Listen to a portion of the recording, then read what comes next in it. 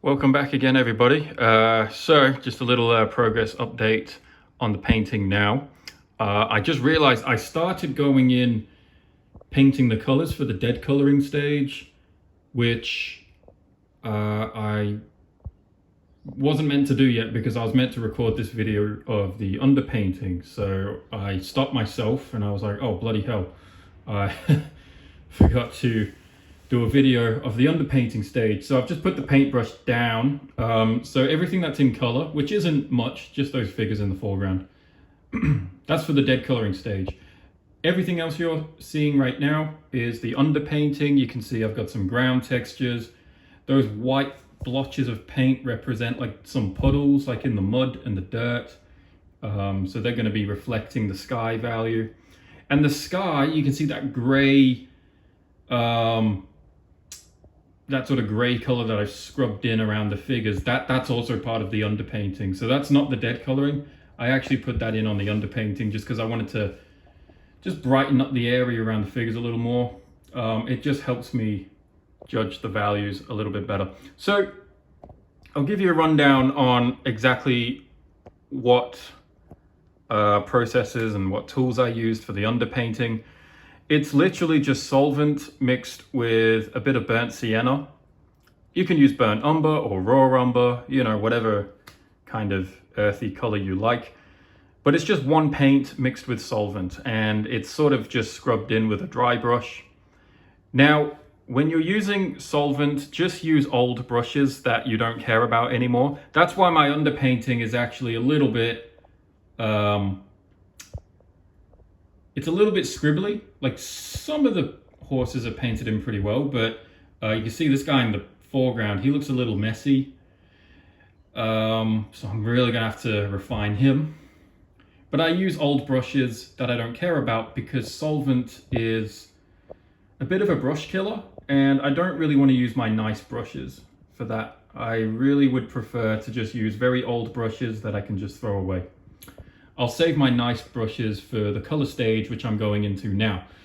So I'll do another video on the dead coloring stage, but basically all you need to know is you're using very muted colors. Even these colors I think might be a bit too vibrant.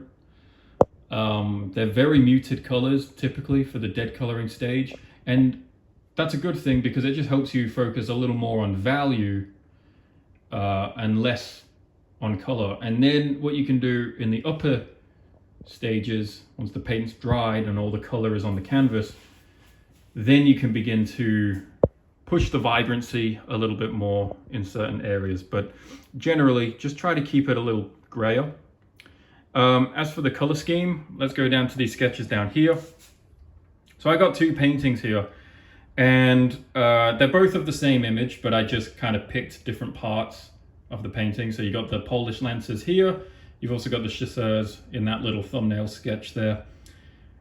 I actually really like the colors in that thumbnail sketch. I was a bit, you know, I was kind of deciding what color scheme should I go for, because I do like this. You know, I like those shadows on the ground. I've not finished that painting yet, so I might try and finish that off.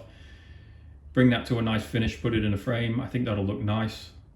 But anyway, the idea was to have like these long shadows you can see the paint on my finger. I'm a messy painter. Just these shadows cutting across the figures, which actually looks kind of nice. I think I could definitely work with that idea.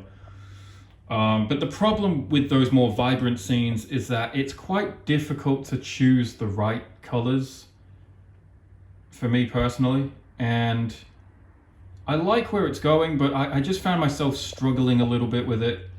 So I'm going to put that painting to the side. I'll finish it another time. And I actually like this thumbnail sketch. Because I looked at it, I was fully going to use that color palette. I was like, right, that's what we're doing. But then I took one more look at this thumbnail sketch, and I just found myself really drawn to it. And I think I know the reason why now. It's because those two figures, they really sort of pop out against that grayed down background, you know, because this thumbnail sketch compared to that painting is nowhere near as vibrant. but I think those figures actually pop out a lot more. That blue-gray sky, which is really, really bright, and then you've got those grays in the background of the distant hills there. You've also got these warmer, sort of yellowy greenish tones for like the mud and the dirt. And anyway, I just thought, yeah, you know what, that's really working for me. I actually like that. I like that a lot. So I think I've decided to go with this color scheme. So, you know, on the plus side, I think it'll be easier to mix the colors since a lot of it's kind of muted anyway. The downside, though, is that those kind of cloudy, foggy days, or, you know, like that sort of neutral lighting that we're seeing in this thumbnail sketch, it does require a lot more rendering in order to make those figures feel a lot more alive. Whereas these sort of bright, sunny landscape paintings, you can really, you know, strengthen those shadow shapes to kind of push the idea, you know, especially like those figures in the middle there. You can see the shadows being casted on the horses from like the uniforms, and it's just making the figures pop.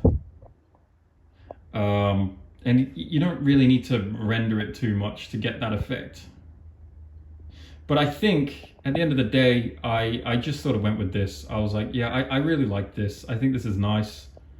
I think that'll look good in a frame. So yeah, I think that's the color scheme that I'm going to work with.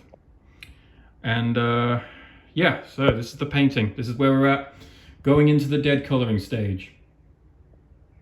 You can see the figures in the far background. They're just not really, there's no shadow shapes on them at all. It's just line work with a bit of that burnt sienna scrubbed in. So that's the underpainting. It's a pretty quick stage, quite honestly.